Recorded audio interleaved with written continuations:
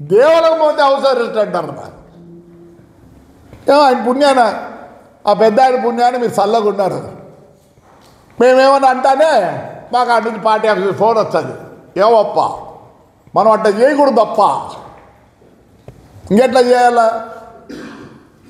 5 ఏళ్ళు మమ్మల్ని రోడ్లోకి రాలేదు కదా దరిగేసిన కొడక. ఈ పొద్దు వచ్చింది నీకు ఏడుపు ఆడపిల్లల గురించే. పనికి మరి నాకు కొడక్క మూసుకోరా, మూసుకో.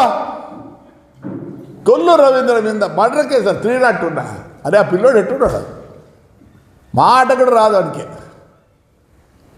మాట రాదు, సిగ్గులే ఈ బుద్ధి ఏడుస్తాను.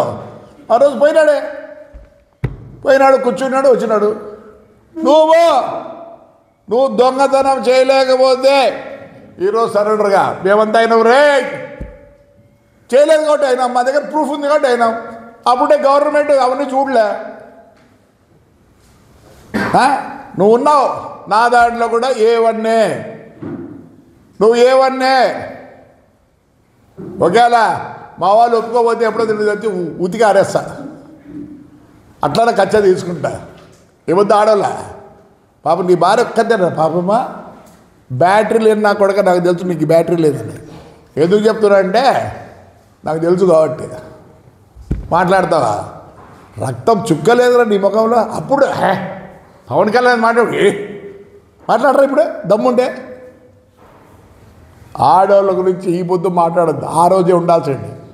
నీకు ఇంకా వాళ్ళంతా ఉన్నారు గుడివాడ బడివాడ గిడివాడ ఏం సంబంధమే లేనట్టు మాట్లాడతారు. ఇప్పుడు ఏడున్నారో మాకే తెలియదు, ఏడున్నారో మాకే తెలియదు. జగన్ గారు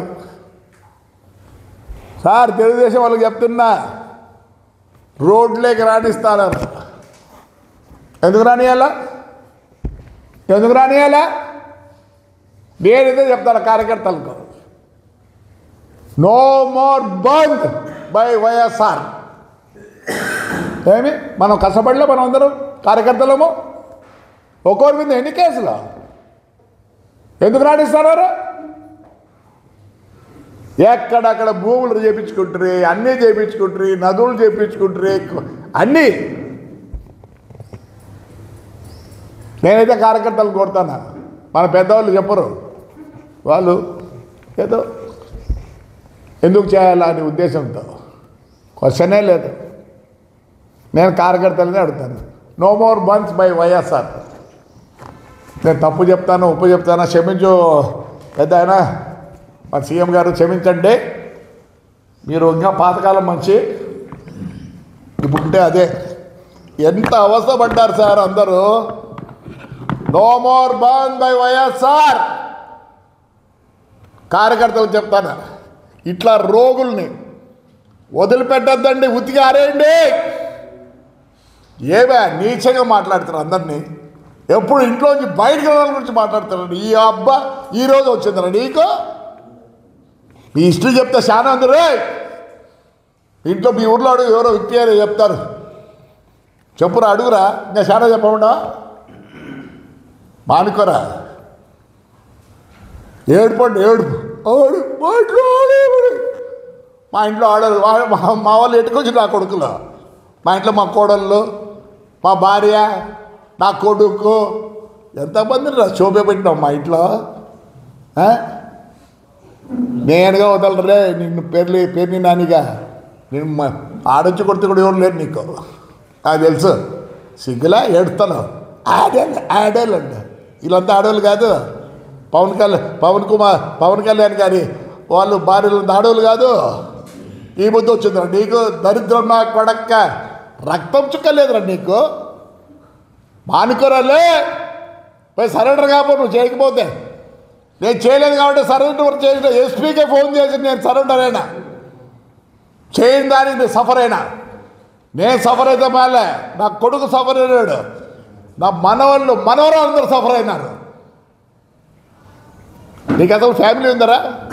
ఈ బుద్ధి మాట్లాడతావు ఆడపిల్లల గురించి, ఆడవాళ్ళ గురించి.